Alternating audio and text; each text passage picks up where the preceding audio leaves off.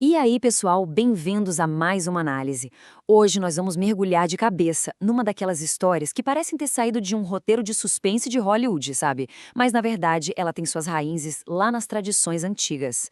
É uma fábula dramática e fascinante que envolve uma riqueza inimaginável, o poder da poesia, um ego gigantesco e uma justiça divina que, olha, não falha nunca. Nós vamos explorar juntos como a tentativa de comprar a imortalidade acabou custando absolutamente tudo a um poderoso rei. Então, para começar, fica o grande questionamento logo de cara. Qual é o preço da vaidade absoluta? Até onde alguém está disposto a ir para massagear o próprio ego, hein? Quando a gente pensa num cenário onde simplesmente não existem limites para riqueza e para poder terreno, o que acontece quando a vaidade cega o bom senso? É exatamente esse mistério que nós vamos desvendar ao longo da nossa apresentação de hoje. Uma história onde cada passo em direção à glória forçada se transforma literalmente em um passo rumo ao desastre. Bom, vamos lá. Seção 1. O rei e a vaidade. Agora, o que é realmente interessante aqui é esse contraste brutal. Nós temos Escópades, um rei inigualável e superpoderoso da Tessália. Ele não era só mais um governante no meio da multidão. Na época dele, não tinha ninguém com coragem suficiente para contestar seu poder absoluto. Para vocês terem uma ideia, reis de lugares vizinhos viajavam sem parar, só para bajular o cara, e chovia riqueza na cabeça dele dia e noite. Mas, e sempre tem um mais, né? O contraste que se forma na mente dele é fascinante. De um lado, uma verdadeira montanha de ouro. Do outro, um vazio perturbador. Apesar de ter o mundo inteiro aos seus pés, ele simplesmente não conseguia se sentir completamente feliz. Ele acordava e pensava, cara, o que falta ainda? Essa insatisfação crônica mostra que o dinheiro não estava conseguindo preencher uma falta terrível de propósito e de legado. E a grande revelação para resolver esse dilema do rei veio através da arte.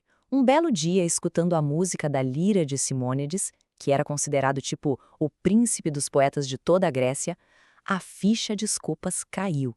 Dando um pulo de alegria, ele concluiu que a resposta era um poema épico.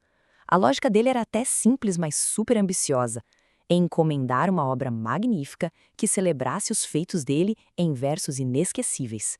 Assim, o nome dele seria cantado por todas as gerações no futuro.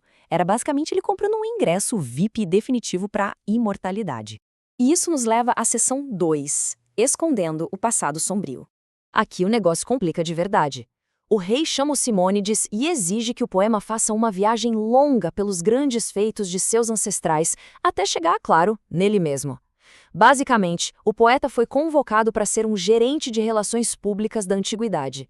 Só que ele enfrentou uma lista monumental de problemas. Acontece que a história da família real era um amontoado absurdo de crimes e barbáries. Nós estamos falando do pacote completo: ambição, inveja, assassinatos, estupros e até parricídios. Pensa só no desafio. Simônides fritou a cabeça durante um ano inteiro tentando achar apenas uma única atitude justa e humana no meio desse caos todo para poder colocar no poema. Mas é aí que entra a genialidade absoluta do cara. Graças ao seu talento muito superior à média, Simônides conseguiu mascarar esses horrores históricos. Através das palavras, ele conseguiu transformar toda aquela barbárie selvagem em uma beleza poética sublime, um verdadeiro milagre de relações públicas. Com a obra finalmente pronta, eles prepararam o terreno para a grande estreia. Um imenso salão de banquetes foi organizado, lotado com toda a corte, para ouvir o grande épico que o rei comprou. Avançando na história, seção 3. O poema e o insulto. Imaginem a cena. O ambiente do palácio estava fervendo de expectativa. O rei Escopas, largadão lá no trono dele, devia estar sentindo até aquele friozinho bom no estômago. O gongo soou e, debaixo de uma chuva de aplausos, a recitação começou. Tudo parecia perfeito. A corte estava amando cada palavra. Mas lá pelas tantas, no meio do poema, o Simônides tomou uma decisão criativa bem ousada. Ele faz um desvio, uma longa divagação no texto, só para exaltar os Dioscoros, que eram os irmãos gêmeos Castor e Pólux, filhos de Leda, conhecidos por suas virtudes guerreiras. Agora, para qualquer mortal, ser comparado aos filhos de um deus era tipo a honra suprema. Mas para o Escopas, nem pensar. O ego frágil do rei não suportou dividir os holofotes. Ele começou a resmungar, furioso. Que é que as proezas desses gêmeos têm a ver comigo? E isso ilustra brilhantemente como a vaidade ferida gera mesquinhez. A leitura brilhante terminou e estava na cara de todo mundo que Castor e Pólux saíram muito mais bem na foto do que o próprio rei. Aí chegou a hora de pagar a conta. Simônides vai até lá, ofegante do esforço, e o rei abre o seu imenso baú cheio de ouro. Mas de pura maldade, Escopas divide o combinado. Ele entrega só 50% do que tinha prometido para o poeta em choque e guarda os outros 50% para ele mesmo. Então, o ponto crucial é esse ápice de arrogância. Com um sorrisinho maldoso no rosto, ele entrega metade do ouro e solta uma frase histórica, dizendo que Castor e Pólux, sem dúvida, iriam pagar a outra metade que dizia respeito a eles. E, para piorar tudo, a corte inteira caiu numa gargalhada cruel. Aquele bando de puxa-sacos rindo da cara do poeta, que, vermelho de vergonha, teve que voltar para o seu lugar de cabeça baixa. É a pura definição da falta de respeito com o talento e o trabalho do outro. O clima pesou e vamos direto para a sessão 4, o castigo dos deuses. Vamos avançar e ver como isso se desenrola, porque, a partir daqui, a festa virou um pesadelo silencioso para o poeta.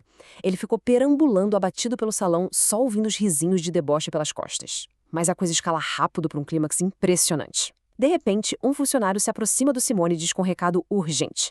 2 homens misteriosos a cavalo estavam lá fora exigindo falar com ele na mesma hora. Confuso, ele sai para os jardins. Não encontra ninguém. Ele até pensa, pronto, mais uma brincadeira de mau gosto desse pessoal. Mas, questão de segundos depois dele pisar fora do prédio, um estrondo ensurdecedor.